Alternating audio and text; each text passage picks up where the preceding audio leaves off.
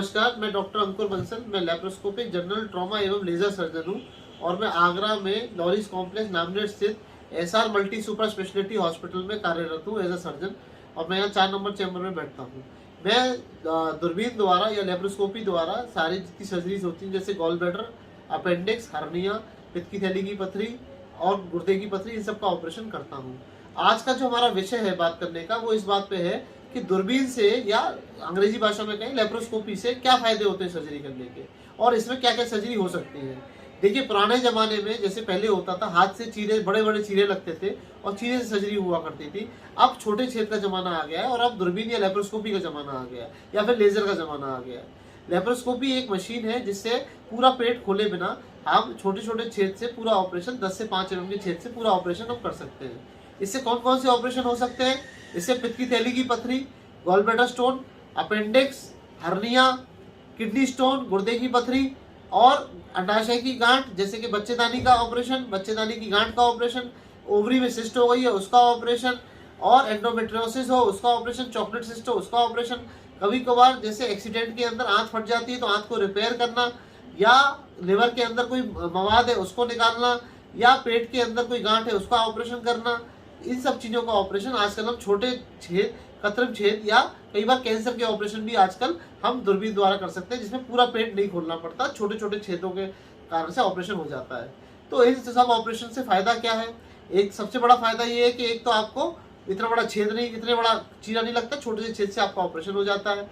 दूसरा, ऑपरेशन में टाइम कम लगता है। तीसरा, कॉम्प्लिकेशंस कम होते हैं। चौथा, रक्त रसाव, ब्लीडिंग के चांसेस कम होते हैं, क्योंकि जब हम ऑपरेशन इस दूरबीन के द्वारा करते हैं, लेप्रोस्कोप के द्वारा करते हैं, तो ये मैग्नीफाइड व्यू होता है। छोटी सी चीज हमें इतनी बड़ी दिखती है, उसकी ब्लड वेसल्स इतनी बड़ी दिखती है, तो उसमें इंजरी के चांसेस कम हो जाते हैं। चौथी बात, हॉस्पिटल का स्टे बहुत कम हो जाता है। चीरे वाले ऑपरेशन में जहाँ पे आपको 4-5 दिन हॉस्पिटल में रहना पड़ेगा, इसमें आपको 1 या 2 दिन में ही छुट्टी मिल जाती है अस्पताल से। ऑपरेशन के बाद कॉम्प्लिकेशन के चांसेस कम है, दर्द कम होता है। चीरा जितना बड़ा लगेगा उतना दर्द होगा, चीरा जितना छोटा होगा, छेद जितना छोटा होगा, दर्द उतना कम होगा। दवाई की जरूरत कम पड़ती है। एंटीबायोटिक जो पोस्ट ऑप में आपको देनी पड़ती है ज़्यादा, वो कम देनी पड़ती है, और आप जल्दी अपने काम पे पुनः लौट आते हैं। आप जल्दी चलना फिरना चालू कर देते हैं और जल्दी अपने काम पे लौट आते हैं। तो दूरबीन के जो फायदे हैं, जो चीरे वाले ऑपरेशन, वो काफ़ी ज़्यादा है, और हम दूरबीन के ऑपरेशन को प्रमोट करते हैं। हम यहाँ अपने एसआर हॉस्पिटल में पिछले 10-12-15 साल से जो मैं ऑपरेशन कर रहा हूँ, मैंने दूरबीन से ही सारे ऑपरेशन कर रहा हूँ। चीरे वाले ऑपरेशन मैंने काफ़ी कम कर दिए, ना के बराबर हैं।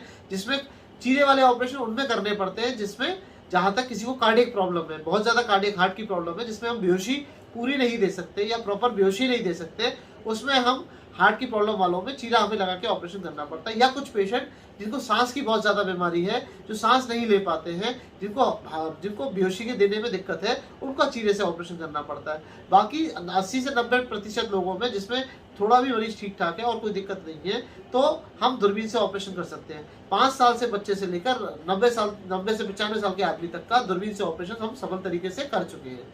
ऑपरेशन में ज़्यादातर हम पित्त की थैली, गॉल ब्लैडर स्टोन का ऑपरेशन करते हैं, अपेंडिक्स का ऑपरेशन करते हैं, हर्निया का ऑपरेशन करते हैं, किडनी स्टोन, गुर्दे की पथरी, गुर्दे की नली की पथरी, गुर्दे की पेशाब की थैली की पथरी, प्रोस्टेट का ऑपरेशन करते हैं, और साथ में अंडाशय का, जो लेडीज के अंदर गर्भाशय हो जाता है उसका कैंसर, उसका ऑपरेशन, या फिर बच्चेदानी को निकालना या बच्चेदानी गांठ को निकालना, ये सारे काम, और हम डायग्नोस्टिक लेप्रोस्कोपी, ये सब हम दूरबीन से ही कर रहे हैं।